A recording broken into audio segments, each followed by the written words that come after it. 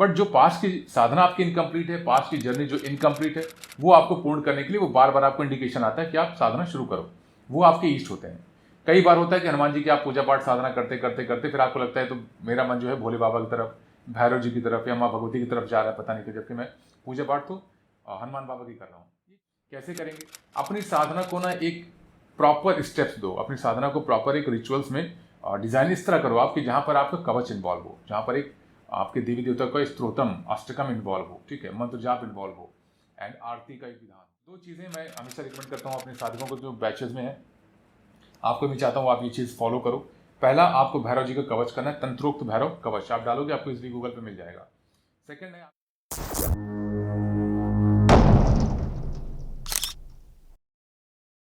जय श्री राम, हर हर महादेव, शिवोहम।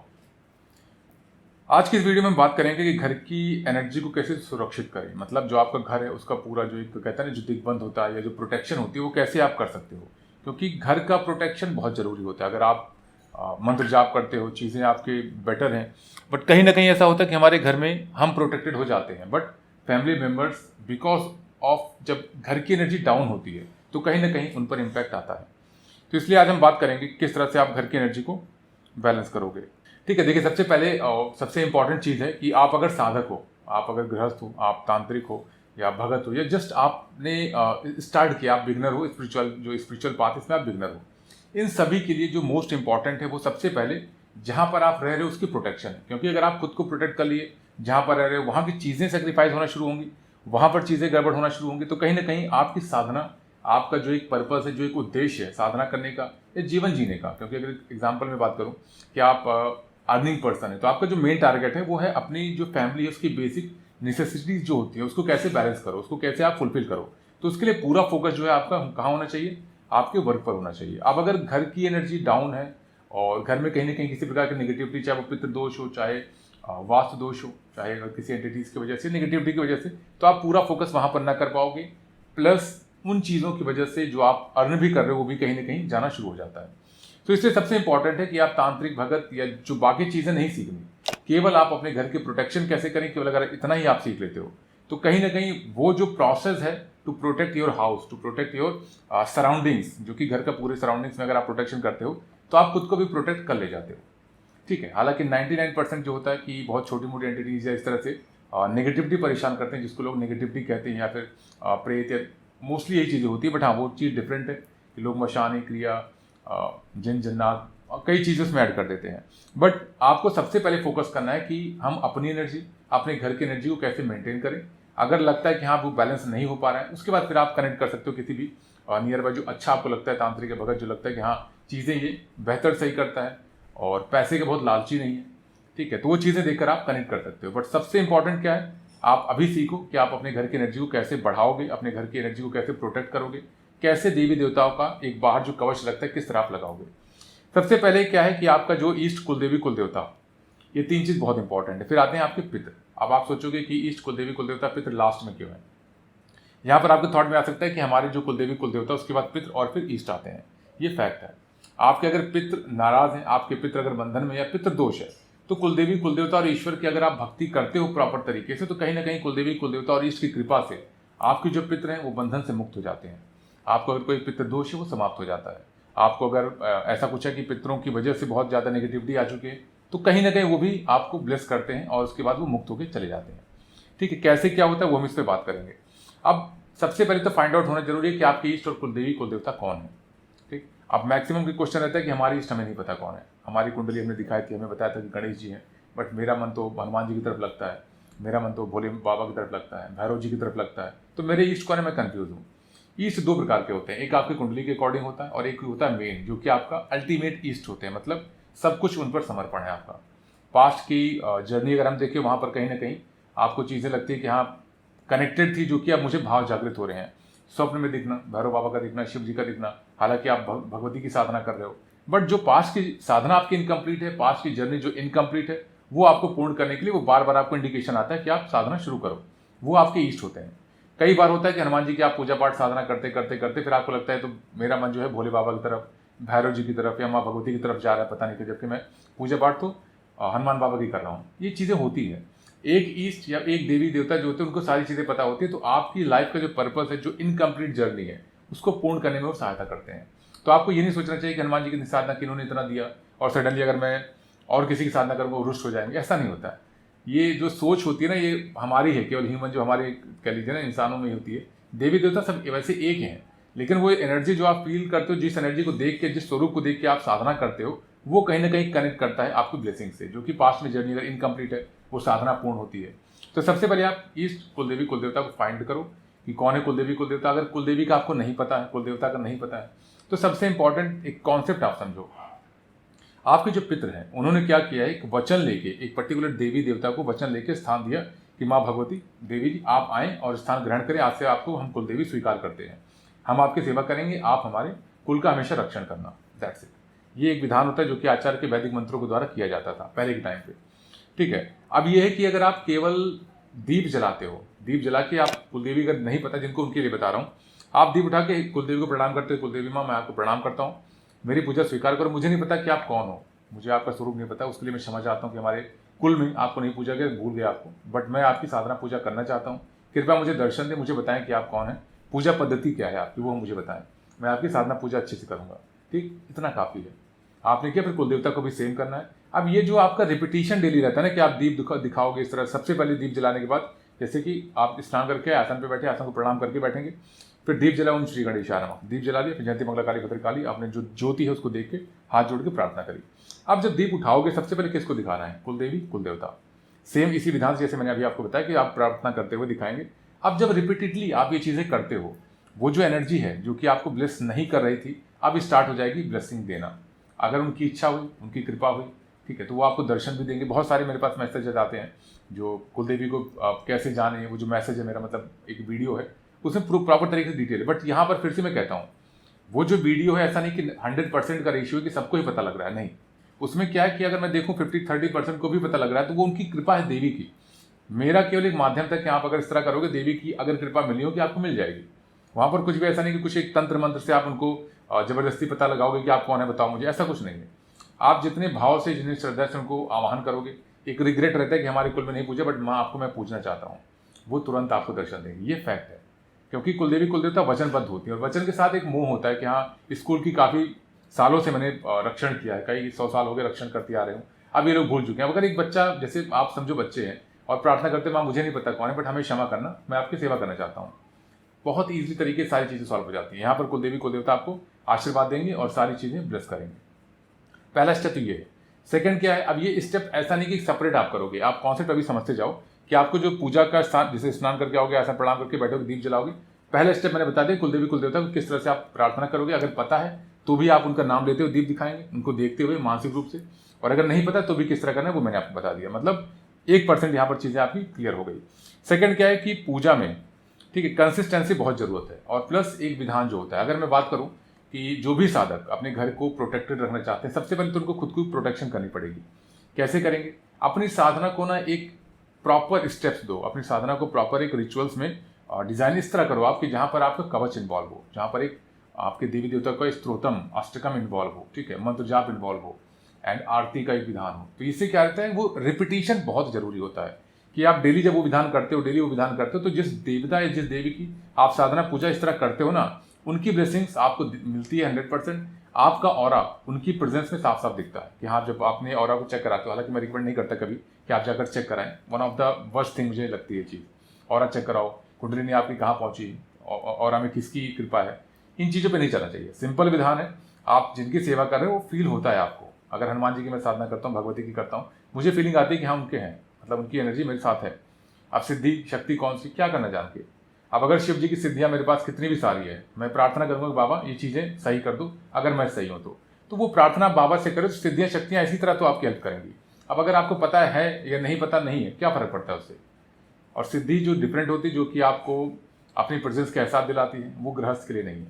अगर आप इनमें पढ़ोगे तो कहीं ना कहीं आप खुद को हार्म कर लोगे, क्योंकि ये जो एक यूट्यूब का पूरा एरिया है ना, जहाँ पर अलग अलग सिद्धियाँ बताइए, आप ऐसे करोगे तो आपको ये सिद्धि मिल जाएगी, वो तांत्रिक भगत तक तो ठीक है, बट अगर गृहस्थ आप इसमें इन्वॉल्व होने लगोगे तो आप फैमिली को कहीं ना कहीं कॉम्प्रोमाइज़ करना शुरू कर दोगे, वो ठीक नहीं है। अभी रिसेंटली मेरे पास किसी का मैसेज आया था कि यक्षिणी की उन्होंने साधना की, बहुत ही पेनफुल मैसेज था, वो अभी भी मेरे पास सेव है एंड आई एम सॉरी अगर आप देख रहे हो। मैंने कम्युनिटी में एज एग्जाम्पल सेट करने के लिए उसे शेयर किया, नाम आपका हाइड है, कोई दिक्कत नहीं। बट एक साधक जो कि भैरव जी की साधना करने गया, उसको बताया कि आप पहले यक्षिणी की साधना कर लो। मतलब एक बहुत ही वर्स्ट सिनेरियो किस तरह से कोई इस तरह सजेस्ट कर सकता है।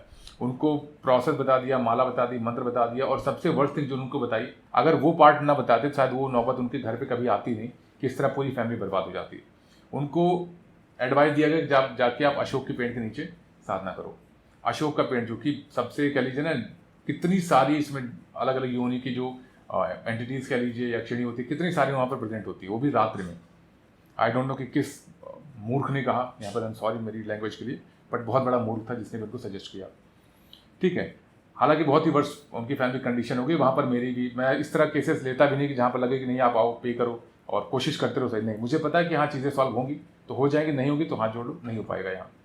ठीक है, ये चीज़ है। सेकंड क्या है कि आपको जो आपकी डीटी है उनका आपको एटलीस्ट स्तोत्रम, ठीक है, चालीसा और मंत्र पता होना चाहिए, स्पेशली बीज मंत्र। अब यहाँ पर बात आएगी क्या बीज मंत्र करना चाहिए। आप महादेव को गुरु धारण करेंगे संकल्प लेके, उसके बाद कोई भी सात्विक देवी देवता की आप पूजा कर सकते हो। अब जब मैं कहता हूँ बीज मंत्र का जाप करो, आई एम वेरी श्योर कि इतना सबको पता है जो चैनल से जुड़े हैं कि यहाँ 10 महाविद्या के बीज की बात नहीं कर रहा मैं, ठीक है, या फिर काल भैरव के बीज की बात नहीं कर रहा। सात्विक देवी देवताओं का पूजन आप कर सकते हो। अब नेगेटिविटी को प्रोटेक्शन करने के लिए बेस्ट डीटी कौन है। अब अगर आप शिव जी को मानते हो कि हाँ शिव जी मेरे इष्ट हैं, उनकी मैं बहुत ही कनेक्ट होकर साधना करता हूँ, यहाँ पर फिर से मैं बताऊंगा कि 3 में से किसी एक देवी देवता की साधना आप करो। पंचमुखी हनुमान स्वरूप की होनी चाहिए, माँ काली की होनी चाहिए, या भैरव जी की होनी चाहिए। माँ काली की साधना थोड़ा सा डिफिकल्ट होती है क्योंकि वो बिना दीक्षा के या बिना किसी एक प्रोसेस के नहीं किया जाता। भैरव में आप भैरव जी की कर सकते हो, बटू भैरव जी की कर सकते हो, बट काल भैरव के नहीं कर सकते। अब रहे पंचमुखी हनुमान जो हमारे हैं, बहुत ही प्यारे और बहुत अच्छे, उनकी साधना आप कर सकते हो। महादेव को गुरु धारण करके साधना करो और एनर्जी बहुत अच्छी है। मतलब आप समझो कि अगर नेगेटिविटी ऐसा कुछ भी कहानी बताने की मुझे जरूरत नहीं, क्योंकि इतना तो सभी स्पिरिचुअली एक्टिव हो आप कि आपको पता है कि हनुमान जी की एनर्जी कैसी है। स्पेशली पंचमुखी हनुमान जी स्वरूप जिनका तंत्र से ही रिलेटेड है, जिनका कह लीजिए ना जो प्राकट्य हुआ था वो तंत्र के लिए हुआ था, जो 5 मुख उन्होंने रखे थे आई रावण को मारने के लिए। ठीक है, तो स्टोरी कई बार बता चुका हूँ, बताने की रिक्वायरमेंट नहीं है। ठीक, ये चीज़ हो गई। अब क्या है, आप समझो जो मैंने अब तक आपको कॉन्सेप्ट बताया कि कुलदेवी, कुलदेवता और पितृ। पितरों की साधना नहीं करनी, पितरों का पूजन नहीं करना अनटिल अनलेस आपके यहाँ स्थान दिया गया हो या किसी ने आपको बताया ना हो। कुलदेवी, कुलदेवता और इष्ट, इनकी पूजा साधना करोगे। फर्स्ट स्टेप है कि आप अपने जो स्नान करके आएंगे कवच का पाठ करेंगे, अष्टकम का पाठ करेंगे। जैसे अगर हनुमान जी की भी आप साधना करते हो तो हमेशा मैं रिकमेंड करता हूँ, या किसी की भी करते हो तो 2 चीज़ें मैं हमेशा रिकमेंड करता हूँ अपने साधकों को जो बैचेज में है। आपको भी चाहता हूँ आप ये चीज़ फॉलो करो। पहला, आपको भैरव जी का कवच करना है, तंत्रोक्त भैरव कवच आप डालोगे आपको इजीली गूगल पे मिल जाएगा। सेकंड है आपको काल भैरव अष्टकम। काल भैरव अष्टकम आप कर सकते हो, बीज मंत्र नहीं, लेकिन हाँ बहुत ही पावरफुल है। उनकी जो एक प्रोटेक्शन की एनर्जी है ना, बहुत उग्र है। अगर किसी साधक ने कंसिस्टेंट काल भैरव अष्टकम का ही पाठ किया हुआ है तो एक बार तांत्रिक सोचेगा कि हाँ उस पर कुछ चीज़ें करनी है नहीं करनी। ये फैक्ट है, मैंने देखा है। यहाँ पर किसी की वैलिडेशन की मुझे नीड नहीं है, ये फैक्ट है, आप खुद भी ट्राई कर सकते हो। तो कवच में आपको तंत्रोक्त भैरव कवच। तंत्रोक्त मतलब क्या, बहुत सिंपल सा कवच है, ऐसा कुछ नहीं कि तंत्र से रिलेटेड कुछ आपको डिफरेंट ऑफरिंग, सिंपल है। अष्ट भैरव उसमें है, इसलिए मैं चाहता हूँ कि वो उसका जो कवच कोई करता है तो प्रोटेक्शन अच्छी मिलती है नेगेटिविटी से। काल भैरव अष्टकम की एनर्जी अच्छी, से दोनों का कॉम्बिनेशन रहता है। पहले आप कवच करोगे, फिर काल भैरव अष्टकम, उसके बाद मंत्र जाप आपका आता है। तो आपका कवच ही हो गया, और फिर लास्ट में चालीसा करो। हनुमान जी की चालीसा कितनी, एक अगर नहीं है तो बेटर है 3। मैं हमेशा चाहता हूँ कि 3 हनुमान चालीसा एक साथ की जाए।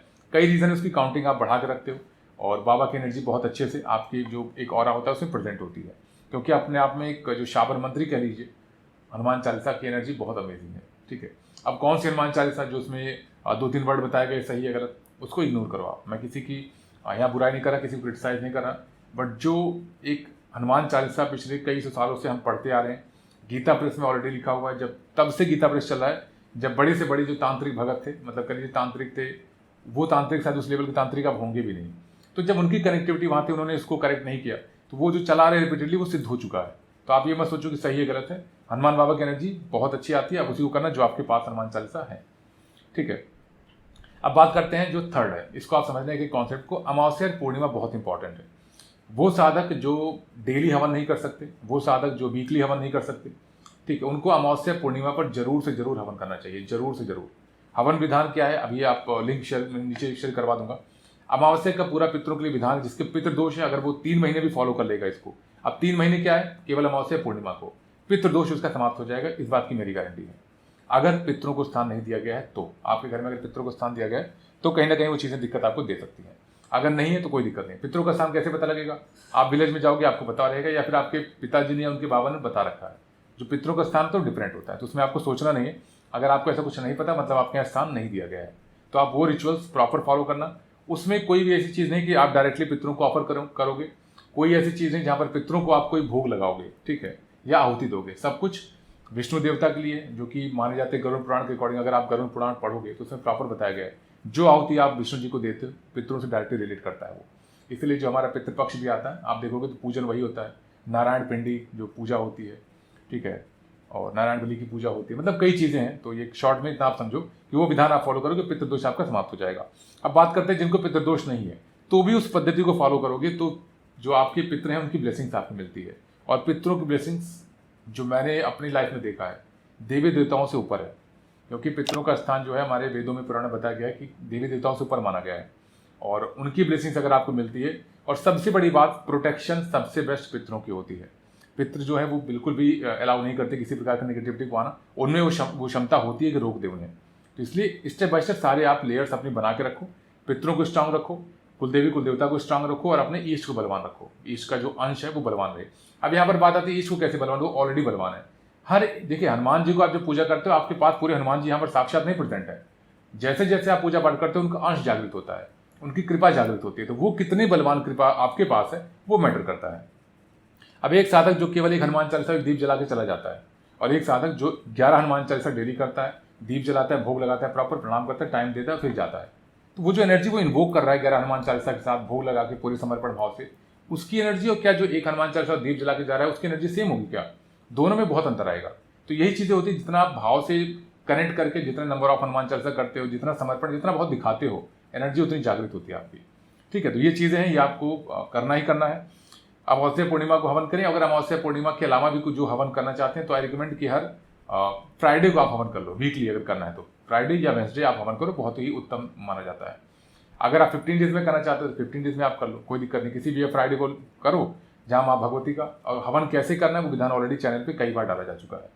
लॉन्ग से हवन कैसे करना है वो डाला गया है, अपलोड किया है मैंने, ठीक है। और बाकी डिफरेंट पंचमुखी हनुमान जी का जो हवन है जो कि बहुत पावरफुल है ड्राई फ्रूट्स के द्वारा, वो भी आप देख सकते हो। भी मैंने, हालांकि मैं ये प्रैक्टिस नहीं करना चाहता कि हवन करते हुए मैं वीडियो बनाऊँ या पूजन करते हुए वीडियो बनाऊँ, थोड़ा सा मुझे ऑकवर्ड लगता है, क्योंकि मेरी जो कनेक्टिविटी है वो देवी देवता से सीधे होती है। कोई माध्यम लगा रहता है तो मुझे थोड़ा सा डिस्टर्बेंस रहता है, इसलिए मैं कोशिश करता हूँ ना ही ये चीज़ें आई। बट हाँ, बहुत ज़्यादा डिमांड थी और मुझे लगा ज़रूरत भी थी कि हवन का जब वीडियो को देखता है तो एक एनर्जी आती है कि नहीं मुझे भी करना है, तो बस वो मेरा पर्पज़ था उसे बनाने का। ठीक, ये हो गया। अब साधना के रूल्स भी आपको फॉलो करना बहुत जरूरी है। यहाँ पर 2 रूल्स की मैं बात करूंगा, एक माला जाप और एक आपका आसन। आसन आपका फटा हुआ नहीं होना चाहिए। आसन आपका ऐसा ना हो कि कई जगह से चिथड़े उसके हैं और आप बैठ रहे हो यहाँ, ठीक है, थोड़ा बहुत। आसन में अगर छिद्र भी हो जाता है तो आप तुरंत आसन चेंज करोगे। आसन चेंज कैसे करोगे? पुराना आसन नीचे रहेगा, नया वाला ऊपर रहेगा।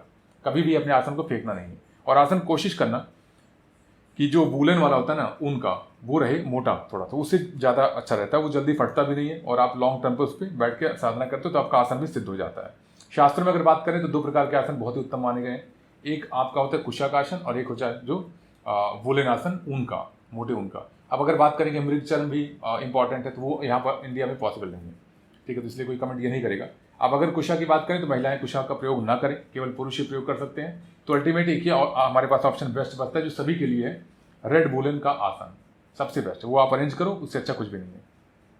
फिर बात करते हैं माला की। माला हमेशा जो भी आप जाप के लिए लेते हो उसमें कुछ रूल्स हैं, जैसे कि 108+1 होना चाहिए, मतलब एक जो एक्स्ट्रा सुमेरु होता है और हर एक दाने के बीच में एक एक गांठ होनी चाहिए। मतलब अगर रुद्राक्ष की आप ले रहे हो तब भी, रेड चंदन की है तो भी, ठीक है, मतलब रेड सैंडलवुड जो होता है, रक्त चंदन की माला जिसको कहते हैं, तो हर एक दाने के बाद में ना एक गांठ होनी चाहिए, प्लस सुमेरु एक एक्स्ट्रा होना चाहिए। उसकी काउंटिंग 108+1 होनी चाहिए। +1 कौन सा? सुमेरु वाला। और जब भी आप जाप करोगे वो गौमुखी के अंदर रख के करिएगा और तर्जनी आपकी हमेशा बाहर होनी चाहिए। या फिर तर्जनी अगर 2 प्रकार के आते हैं गौमुखी, एक होता है जिसमें उंगली बाहर नहीं रहती, तब भी आप इस तरह करोगे कि आप ये ऊपर ही टच माला से ना हो, ना तो ये टच हो। इसका विधान है कि टच नहीं होना चाहिए, लेकिन ये भी दोष माना जाता है, इसको भी टच ना हो जो कनिष्ठ होती है आपकी। तो इस तरह रखोगे। माला को हमेशा आप रिंग फिंगर के ऊपर रखोगे, कनिष्ठ के ऊपर, और अंगुष्ठा से और मध्यमा से आप इसको मूव करोगे, ठीक है। ये और माला चेंज करने का भी विधान मैंने यूट्यूब पर कई बार बताया, किस तरह से आप उसको टर्न करते हो माला, क्योंकि वो भी बहुत जरूरी है। सुमेरु को क्रॉस नहीं करते, सुमेरु को क्योंकि वो गुरु समान है, गुरु पद माना गया है, तो उसको क्रॉस नहीं करते हम लोग। ठीक, गौमुखी के अंदर रखे। और रुद्राक्ष की माला अगर कोई प्रयोग करता है तो उसमें चमेली का तेल या फिर आप घृत दोनों वीकली एक बार लगा लिया करो। उससे क्या रहेगा, क्या वो अच्छा रहता है। उसका रूल ये है कि जब आप चमेली का ऑयल लगाते हो तो एक सुगंध होती है माला में, जो कि देवी देवताओं को बहुत पसंद है। हनुमान जी को सबसे प्रिय है, भैरव जी को प्रिय है चमेली का ऑयल जो है। तो अगर आप दोनों में से किसी की साधना करते हो तो आप रुद्राक्ष पे लगाओ। गणेश जी की माला कर सकते हो, भैरव जी की और हनुमान बाबा की, ये ठीक है। अब रक्तचंदन की माला की बात करें तो रक्तचंदन पे आप गुलाब का इत्र लगा लिया करो। कभी कभार जो एक्स्ट्रा आता है सुमेरु के पास जो होता है वहां पर आप इत्र लगा लो, उसके बाद आप जाप करो।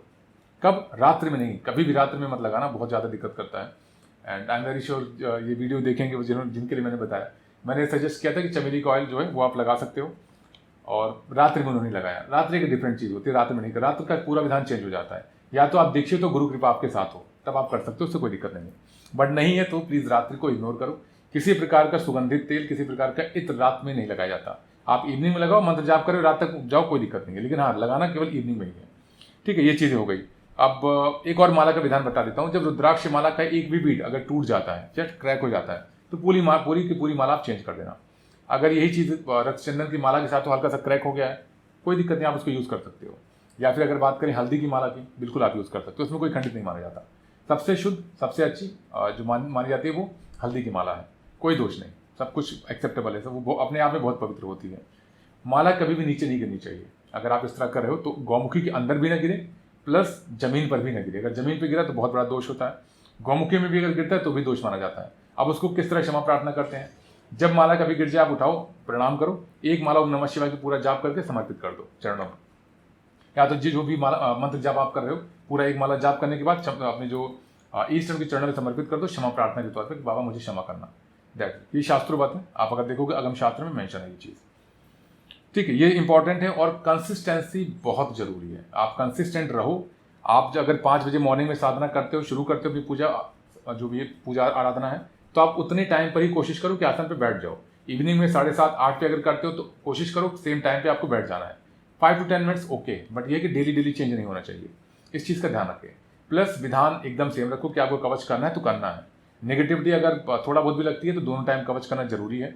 आप अगर ये कवच जो भैरव कवच है और प्लस जो अष्टका में, दोनों अगर 3 महीने भी कर लोगे, उसके बाद आपको केवल एक टाइम भी अगर कवच करते हो, बाबा की कृपा आपके साथ रहती है। इस चीज़ का ध्यान रखें। ठीक है, अब बात करते हैं कि ऑरा क्लेंसिंग का कैसे है। और एक चीज़ और है, हवन में सामग्री का भी बहुत बड़ा रोल है। अगर हवन सामग्री से करते हैं अलग है विधान, अगर लौंग से करते हैं तो अलग विधान है वो, एंड ड्राई फ्रूट से करते हैं तो अलग विधान है। मतलब तीनों का अलग अलग है। इस वीडियो में पूरा नहीं समझा सकता, जो हमारे मेंबरशिप बैचेज में उनको मैं बताता हूँ। आप अगर चाहें तो ज्वाइन कर सकते हैं अगर किसी प्रकार की नेगेटिविटी है तो। बट अगर मोर देन 10 ईयर्स से ज़्यादा नेगेटिविटी हो चुकी है तो मुझसे कनेक्ट करके कोई फायदा नहीं है। फिर वहाँ पर यह है कि आप तांत्रिक भगत से कनेक्ट कर सकते हो। बट अगर आपको लगता है कि आप नहीं कनेक्ट करना चाहते वहाँ से, तो आप खुद से अगर उसे रिमूव करना चाहते हो तो इट विल टेक टाइम, वो 6 महीने भी लग सकते हैं। बट हाँ, आपको कंसिस्टेंट वहाँ रहना बहुत जरूरी है। क्या पूरा कोई भी क्रिया हट सकती है? बिल्कुल हट सकती है। देवी देवताओं पर अगर आपका विश्वास है, कोई भी क्रिया हट सकती है। बट हाँ, ये है कि विश्वास बहुत जरूरी है। अब जिसको पेन रहता है वो थोड़ा सा साधना में उतना विश्वास नहीं बना पाता, ये दिक्कत है। अदरवाइज जो 2-3 साल 5 साल 7 साल के केसेस हैं वो इजीली सॉल्व हो जाते हैं। ठीक है, ऑरा क्लिनसिंग कैसे करोगे आप? जो भी साधक है, जो चीज़ें मैंने बताई, आप ये करने के साथ साथ हर थर्सडे को 2 चम्मच टर्मरिक पाउडर, हल्दी का जो पाउडर होता है, बकेट में डाल के उससे आप स्नान करना हल्दी के पाउडर से। Aura cleansing one of the best है। सेकंड, ऑरा क्लिनसिंग के लिए आप लौंग और कपूर हाथ में रखना, दोनों हाथ में रखो, और बैठ के 11 हनुमान चालीसा या 7 हनुमान चालीसा का पाठ करो। प्रार्थना करते हुए बाबा जो भी शरीर में नकारात्मकता हो, जो मलिनता हो मेरी चक्रात में, या किसी प्रकार की ऊर्जा जो कि मुझसे रिलेट नहीं करती है, मुझे हार्म कर रही है, बाबा उसको समाप्त करो। आप इस तरह बैठ के 7 या 11 हनुमान चालीसा करना, हथेली खोलना और उसको रख के मिट्टी के दिए में जला देना, और जो एशेस है उसको घर के बाहर फेंक देना। That's it. बहुत ही इफेक्टिव है, बहुत ही पावरफुल है ये। ठीक, अब बात करते हैं घर को कैसे और प्रोटेक्ट कर सकते हैं। तुलसी का पौधा जरूर से जरूर लगाएं अपने घर के अंदर और उसकी सेवा करें, बहुत जरूरी है। तुलसी की जिस भी घर में रहती है वहाँ उस पर्टिकुलर एरिया में नेगेटिविटी बहुत कम देखी जाती है अगर तुलसी की पूजन किया जाए। अब अगर हो सकता है कोई लोग कहें कि हमारे यहाँ तुलसी पूजी जाती है बट हमारे यहाँ नेगेटिविटी है, एक सेपरेट केस है ये। आप गए कहीं पर, किसी कब्रिस्तान में कहीं पर गए, पीपल के पेड़ के पास गए, वहाँ टॉयलेट करने लगे, ठीक है, कि आप कई लोग हैं बहुत बहादुर बनते हैं कि गाली देते हैं कि हाँ ठीक है आ जाओ देखते हैं कौन है, अब उनको लग गई। तो ये जो चीज़ें भी होती हैं ये भी वहीं पर है ना। अब मैं ये तो नहीं कह सकता कि ये कंडीशन नहीं आएगी। अगर सात्विक तरीके से आप रह रहे हो, तुलसी की पूजन कर रहे हो, तो 99% केसेस आपसे दूर रहेंगे, जो कि चौराहे से इधर उधर से पूजन लगता है। अगर आप ये विधान फॉलो करोगे तो चौराहे की भी एनर्जी आपको जल्दी नहीं लगेगी, जो नेगेटिव एनर्जी है। जाकर अगर आप गाली देना शुरू कर दोगे, जाकर आप उस पर पैर मारोगे, तो ये चैलेंज देना है और इसमें आपका ईश्वर साथ कभी नहीं देता है। अगर कोई तांत्रिक भगत को भी आप जानते हो, इवन मैं उनकी बात कर रहा हूँ, जो अघोरी होते हैं, आप उनको देखो रिस्पेक्ट से बात करते हैं। वो अगर वहाँ जाते भी हैं तो पहले जो शमशान में साधनाएं होती हैं, प्रणाम करते हैं कि मैं अपने पर्पज से यहाँ मैं साधना करके चला जाऊँगा। वहाँ बहादुर नहीं बनते जाके गालियाँ दे रहे हैं कि और देखते हैं कौन है, कोई नहीं करता। ये मूर्ख लोग ही करते हैं जो जाके वहाँ पर इस तरह से चैलेंज करते हैं। वो अपनी लाइफ या अपनी लाइफ इसलिए वर्ड यूज़ कर रहा हूँ क्योंकि मरने के बाद में एंटिटीज़ ना कहीं भटकते रहते हैं। तो वो अपनी जो भी भटकावा जो ईश्वर ने उनको दंड दे रखे वो वहाँ पर उनको रहने दो। आप जो कर रहे हो अपना कार्य करके आ जाओ। आप किसी ने क्रिया की है वो वहाँ से या वहाँ आई, किसी ने हांडी में करके चौराहे पर रख दिया, आप पहुँच गए उसे दिखाने के लिए कि आप कितने बड़े पहलवान हैं, तो उसका कोई मतलब नहीं है। वो बहुत बड़ी मूर्खता है और ऐसे केसेस में तो छोड़ते भी नहीं है। ठीक है, तो इसलिए बेवकूफ़ी मत करना, क्योंकि कई बार होता है जो बहुत पावरफुल एंटिटीज़ लग जाती हैं तो प्रार्थना करके छुड़ाई जाती है। अब जब आप उनको गाली गलौज करके बैठे हो तो कहाँ पे छोड़ेंगे वो। इस चीज़ का ध्यान रखो। ठीक है, बाकी तुलसी का या नीम का पौधा चीज़ें रहती है, पीपल का अगर आसपास घर के रहता है तो भी प्रोटेक्शन काफ़ी अच्छी मिलती है। आपका जहाँ बेडरूम है, ठीक है, वो बहुत इंपॉर्टेंट है कि जहाँ बेडरूम है उसके जस्ट सामने कोई मिरर ना हो। अगर आप मिरर सामने और आप सो रहे हो तो आप ऐसे एक डिफरेंट डायमेंशन के सामने सो रहे हो, जो कि कभी भी अगर कोई ऐसी कंडीशन आई एंटिटीज़ की, वो सबसे पहले अटैक आपके ऊपर करती है। इसलिए ये बहुत पुराना एक रिवाज भी है और ये तंत्र में माना भी जाता है। कभी भी सोते हुए आप किसी मिरर के सामने या आईने के सामने नहीं सोना चाहिए। आप हटा दो आईना, कहीं दूर रख दो, आप फिर सो। ठीक है, इसका बहुत बहुत इंपॉर्टेंट बात है, इसको ध्यान देना। कोई भी महिला हाथ में मेहंदी लगा के, माताएं बहनें कोई भी हाथ में मेहंदी लगा के चौराहे से न निकले। अगर जाती हाथ में मेहंदी लगाए हुए तो एक कोशिश करो गार्लिक हल्का से यहाँ पर रब कर दो, जो लहसुन आता है ना वो हल्का से रब कर ले, दैट्स इट, काफ़ी है वो। अब ये चीज़ें जो माताएं बहनें जानती, उनकी सास है, उनकी सास ने बताया होगा, बट अब कोई जानना ही नहीं चाहता, सब मॉडर्न हो चुके हैं। सेकंड, बालों को खोल के न जाएं। जो माताएं बहनें वो बालों को खोल के चौराहे से इस तरह जाएं। आपको अगर कहीं जाना भी हो तो आप उसको जो भी क्लेचर जो भी कहते हो आप लगा लो, आप वहाँ पर जाके ओपन कर लो। किसी प्रीमाइसेस में जाओगे, आप ऑफिस में जा रहे हो, कोई दिक्कत नहीं है। चौराहे से मत निकलो कि वहाँ से, क्योंकि वहाँ क्या कैसे कुछ नहीं पता। अब अननेसेसरी क्या नहीं, ठीक है इतना कुछ नहीं होता, नहीं होता है, लेकिन जिस दिन हो जाएगा उस दिन आप बिलीव तो करोगे कि होता है, लेकिन इतने चक्कर काटने पड़ते हैं कि फिर आप सोचोगे कि ज़िंदगी मेरी बर्बाद हो गई। तो ये चीज़ें ना हो तो अच्छा है। आप इसको, मैं तो कहता हूँ कि एंटिटीज़ होती हैं, मत मानो, आप केवल ये फॉलो करो, बस मानने की जरूरत नहीं है। क्योंकि मानना मतलब आपने अनुभव कर लिया है, अनुभव कर लिया मतलब बहुत ज़्यादा दर्द में हो आप, तो इसलिए बेटर है कि ना ही मानो तो अच्छा है। ठीक, ये चीज़ें हो गई। और अपने गुरु की और अपने पेरेंट्स की हमेशा रिस्पेक्ट करो। अपने घर में लक्ष्मी की रिस्पेक्ट करो, मतलब अपने वाइफ की। ठीक है, ताकि वो चीज़ें भी आपको ब्लेस करें। जिस घर में फादर का अगर बहुत रिस्पेक्ट होती है, मतलब पूर्वज जो है वो प्रसन्न है। अगर आप अपने पिता का अपमान करते हो तो कहीं ना कहीं जो पूर्वज ऊपर बैठे हैं, जो प्रोटेक्शन कर रहे हैं, जब तक आपके पिता हैं तब तक तो ठीक है, लेकिन जब आपके पिता की डेथ होगी तो वो जो आपकी कंडीशन करेंगे ना, फिर आप खुद भी नहीं सोच सकते हो। क्योंकि जब तक होता है ना कि हाँ ठीक है, एक पुत्र ने बहुत सेवा की अपने पिता की, पितरों को खूब पुण्यदान किया, अब उनकी ब्लेसिंग्स उनके साथ है, आपको लगता है कि नहीं ठीक साथ सब कुछ चला, ऐसा कुछ नहीं होता। क्यों? क्योंकि वो वहाँ पर हैं अभी, उनकी वजह से आपका घर पूरा जो है बहुत अच्छा वातावरण में है। कृपा सब ईश्वर की है, पितरों की, सबकी कृपा है। लेकिन जब वो कृपा हटेगी ना, आपके कर्म कैसे हैं, पूरी तरह से बर्बाद, गाली गलौज करना, पिता से बदतमीजी करना। अब वो जब हटेंगे तो ये सब फ्री हो गए, जो कि ऑलरेडी रुष्ट होकर आपके साथ बैठे हैं ना, कि बस टाइम आने दो। फिर वो एक कंडीशन होती है कि राजयोग भी कुंडली में बना है ना, कोई आपका साथ नहीं दे सकता। न लक्ष्मी आएंगी वहाँ पर, न किसी डीटी की कृपा आएगी।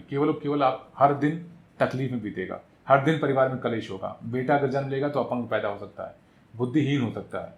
ठीक है, अब ये चीज़ें मुझे बताने की जरूरत नहीं है, जो लोग ऑलरेडी देख रहे हैं वो अच्छे से जानते हैं। क्योंकि उनकी कंडीशन ऐसी होती है कि यहाँ 3 भाई रहते हैं, एक बेटा होता ही नहीं, अगर दूसरे को होता है तो अपंग या फिर बुद्धि से कमज़ोर हो गया। ठीक है, या फिर कुछ ना कुछ डिफॉर्मिटी आ गई इसमें। तो ये चीज़ें होती हैं, पितरों की वजह से भी होता है। ये शादियाँ नहीं होती। मैंने एक से ऐसे घर देखे जहाँ पर पितृदोष बहुत सीवियर है, और आप यहाँ समझो कि गवर्नमेंट जॉब भी है, बिजनेस भी है, बट जितनी शादियाँ हो रही सब ऐसा हो रहा है कि इनसे कैसे शादियाँ हो रही हैं। मतलब होता है ना कि बहुत मजबूरी में, कि और वो भी ऐसे कि उनको दंड देने के लिए ईश्वर इस तरह से रचा हुआ है कि वो जब आती हैं तो उनको अच्छे से परेशान होना ही होना है। मैं ये नहीं कहता कि कोई गलत है, सही है। ईश्वर का विधान, अगर आपने कर्म जैसा कि आपको फल मिलेगा। अब अगर देखा जाए इस जन्म में नहीं तो प्रारब्ध का आपको मिलेगा। तो ये चीज़ें हैं, बहुत ज़रूरी है, इनको आप फॉलो करो। और बाकी हवन का विधान ऑलरेडी चैनल पे अपलोडेड है। साधना में कभी गैप मत करना। मंत्र जाप कंसिस्टेंट होना चाहिए। नंबर ऑफ माला अगर आप 11 कर रहे हो, 7 कर रहे हो, जो भी कर रहे हो, डेली हो। उसको ऐसा नहीं कि आज 7, कल 11, परसों 12, फिर 3, फिर 2, नहीं। 11 है तो 11 दिन लेके चलो, 21 दिन लेके चलो। फिर आपको लगता है कि नहीं अब तो टाइम है मेरे पास और कर सकता हूँ, तो वहाँ पर आप इसको बढ़ा सकते हो, उसमें कोई दिक्कत नहीं है। ठीक है, बाकी अगर आपको कोई डाउट या क्वेश्चन इससे रिलेटेड होगा तो आप मैसेज कर सकते हो, कमेंट कर सकते हो यूट्यूब पर, मैं रिप्लाई करूँगा। जिसको मेंबरशिप ज्वाइन करनी है डिटेल्स ऑलरेडी लिंक है उसमें डिस्क्रिप्शन में, आप वहाँ से कनेक्ट करके टीम से कंसल्ट कर सकते हो, आपको रिप्लाई करेंगे। और बाकी सभी को आशीर्वाद बाबा की तरफ से, अगर किसी प्रकार की कोई निगेटिविटी है तो कोशिश करें घर में नॉन वेज अल्कोहल ना आए तो बहुत ही उत्तम है। और फिर जो आप साधना करते हो धीरे धीरे धीरे धीरे आपकी डीटी की कृपा आपके ऊपर बनने लगती है। ठीक, और दैट्स इट। बाबा की कृपा हमेशा बनी रहे। जय श्री राम, शिव ओम।